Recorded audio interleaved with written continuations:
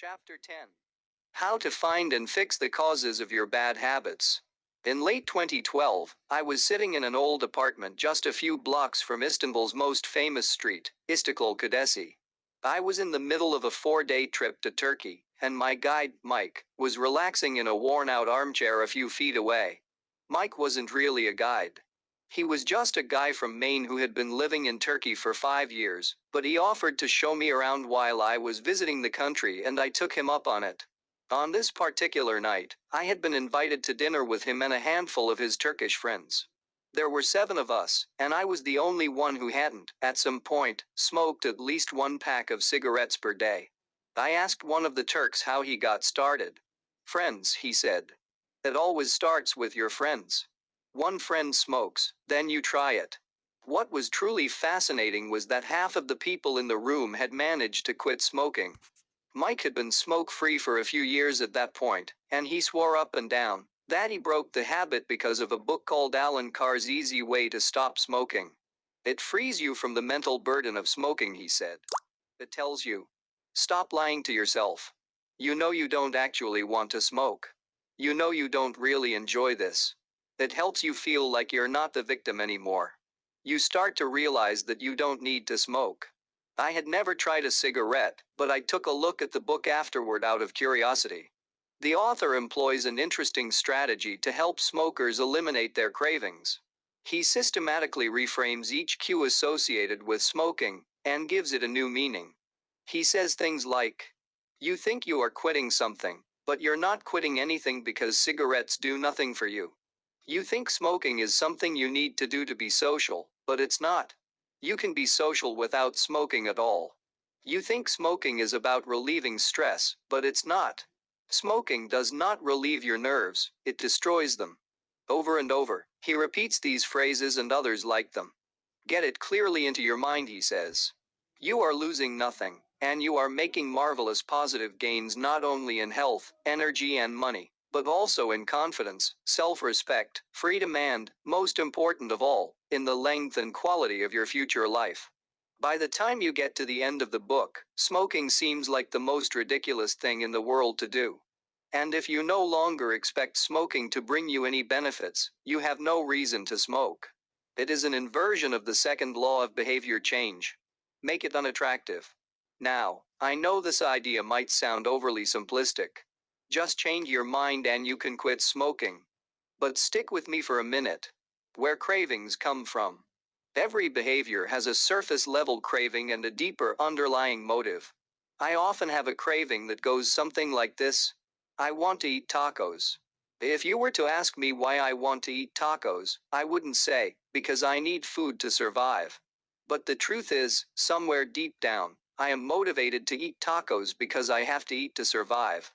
The underlying motive is to obtain food and water, even if my specific craving is for a taco. Some of our underlying motives include: conserve energy, obtain food and water, find love and reproduce, connect and bond with others, win social acceptance and approval, reduce uncertainty, achieve status and prestige. A craving is just a specific manifestation of a deeper underlying motive. Your brain did not evolve with a desire to smoke cigarettes or to check Instagram or to play video games. At a deep level, you simply want to reduce uncertainty and relieve anxiety, to win social acceptance and approval, or to achieve status. Look at nearly any product that is habit-forming, and you'll see that it does not create a new motivation, but rather latches onto the underlying motives of human nature. Find love and reproduce equals using Tinder. Connect and bond with others equals browsing Facebook. Win social acceptance and approval equals posting on Instagram. Reduce uncertainty equals searching on Google. Achieve status and prestige equals playing video games. Your habits are modern-day solutions to ancient desires. New versions of old vices. The underlying motives behind human behavior remain the same. The specific habits we perform differ based on the period of history. Here's the powerful part. There are many different ways to address the same underlying motive. One person might learn to reduce stress by smoking a cigarette. Another person learns to ease their anxiety by going for a run. Your current habits are not necessarily the best way to solve the problems you face, they are just the methods you learn to use. Once you associate a solution with the problem you need to solve, you keep coming back to it. Habits are all about associations.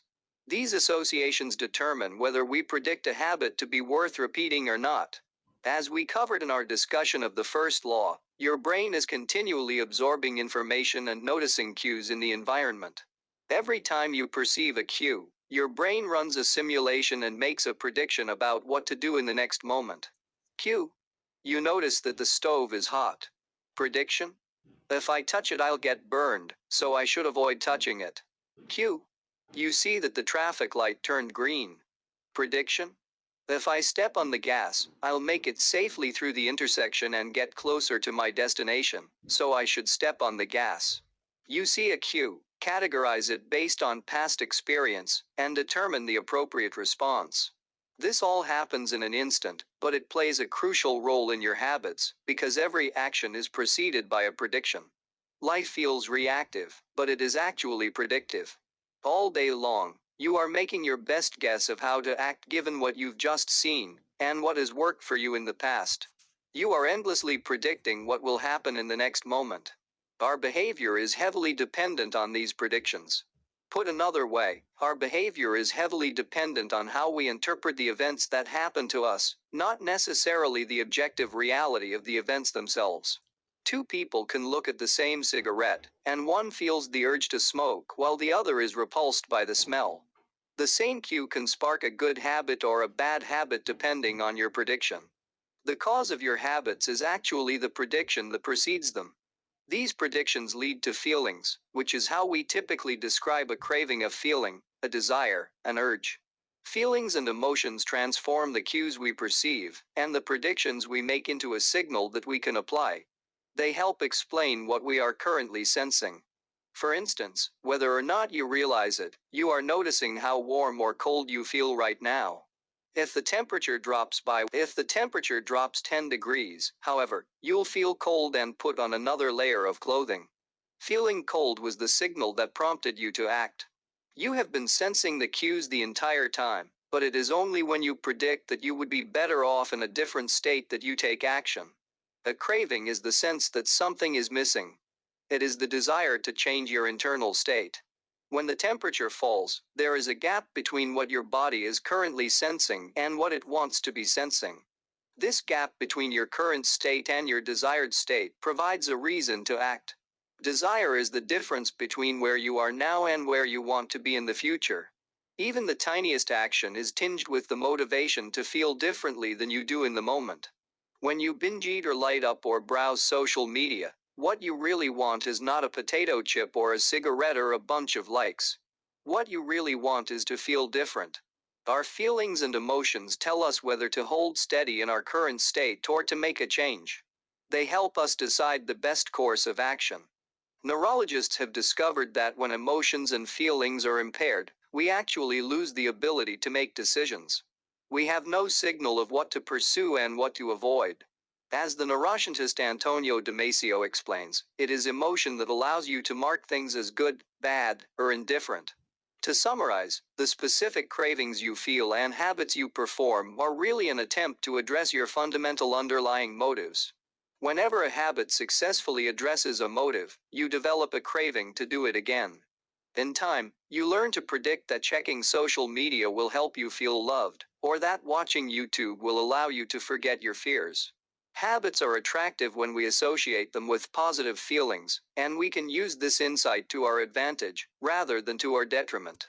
How to reprogram your brain to enjoy hard habits. You can make hard habits more attractive if you can learn to associate them with a positive experience. Sometimes, all you need is a slight mindset shift.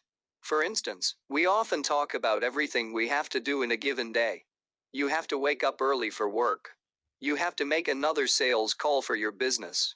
You have to cook dinner for your family. Now, imagine changing just one word. You don't have to. You get to. You get to wake up early for work. You get to make another sales call for your business. You get to cook dinner for your family. By simply changing one word, you shift the way you view each event. You transition from seeing these behaviors as burdens and turn them into opportunities. The key point is that both versions of reality are true. You have to do those things, and you also get to do them. We can find evidence for whatever mindset we choose. I once heard a story about a man who uses a wheelchair. When asked if it was difficult being confined, he responded, "I'm not confined to my wheelchair, I am liberated by it. If it wasn't for my wheelchair, I would be bed-bound and never able to leave my house."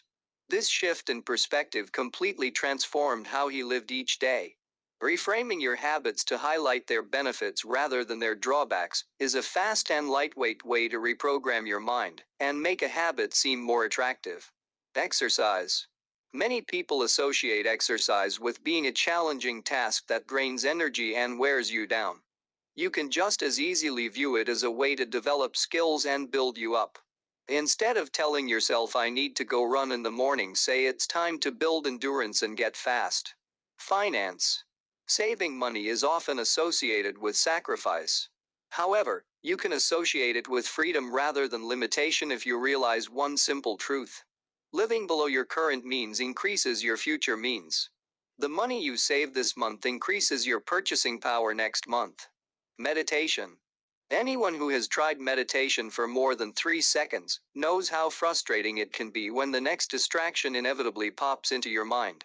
You can transform frustration into delight when you realize that each interruption gives you a chance to practice returning to your breath. Distraction is a good thing because you need distractions to practice meditation. Pre-game jitters. Many people feel anxious before delivering a big presentation or competing in an important event. They experience quicker breathing, a faster heart rate, heightened arousal. If we interpret these feelings negatively, then we feel threatened and tense up. If we interpret these feelings positively, then we can respond with fluidity and grace. You can reframe I am nervous to I am excited, and I'm getting an adrenaline rush to help me concentrate. These little mindset shifts aren't magic, but they can help change the feelings you associate with a particular habit or situation. If you want to take it a step further, you can create a motivation ritual. You simply practice associating your habits with something you enjoy, then you can use that cue whenever you need a bit of motivation. For instance, if you always play the same song before having sex, then you'll begin to link the music with the act.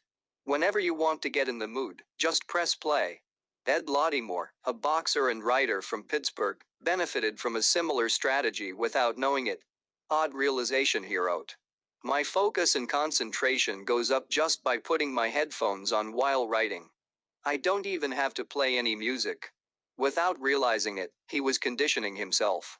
In the beginning, he put his headphones on, played some music he enjoyed, and did focused work. After doing it 5, 10, 20 times, putting his headphones on became a cue that he automatically associated with increased focus. The craving followed naturally. Athletes use similar strategies to get themselves in the mindset to perform. During my baseball career, I developed a specific ritual of stretching and throwing before each game. The whole sequence took about 10 minutes, and I did it the same way every single time. While it physically warmed me up to play, more importantly, it put me in the right mental state. I began to associate my pre-game ritual with feeling competitive and focused. Even if I wasn't motivated beforehand, by the time I was done with my ritual, I was in game mode. You can adapt this strategy for nearly any purpose. Say you want to feel happier in general. Find something that makes you truly happy, like petting your dog or taking a bubble bath, and then create a short routine that you perform every time before you do the thing you love. Maybe you take 3 deep breaths and smile. 3 deep breaths. Smile. Pet the dog. Repeat. Eventually, you'll begin to associate this breathe and smile routine with being in a good mood. It becomes a cue that means feeling happy. Once established, you can break it out anytime you need to change your emotional state. Stressed at work? Take 3 deep breaths and smile. Sad about life? 3 deep breaths and smile. Once a habit has been built, the cue can prompt a craving, even if it has little to do with the original situation. The key to finding and fixing the causes of your bad habits is to reframe the associations you have about them. It's not easy, But if you can reprogram your predictions, you can transform a hard habit into an attractive one. Chapter Summary. The inversion of the second law of behavior change is make it unattractive. Every behavior has a surface level craving and a deeper underlying motive. Your habits are modern day solutions to ancient desires. The cause of your habits is actually the prediction that precedes them. The prediction leads to a feeling. Highlight the benefits of avoiding a bad habit to make it seem unattractive. Habits are attractive when we associate them with positive feelings and unattractive when we associate them with negative feelings. Create a motivation ritual by doing something you enjoy immediately before a difficult habit. Since we have come to the end of second law, let's summarize it once. How to create a good habit. The second law. Make it attractive. Use temptation bundling. Pair an action you want to do with an action you need to do. Join a culture where your desired behavior is the normal behavior. Create a motivation ritual. Do something you enjoy immediately before a difficult habit. How to break a bad habit. Inversion of the second law. Make it unattractive. Reframe your mindset. Highlight the benefits of avoiding your bad habits.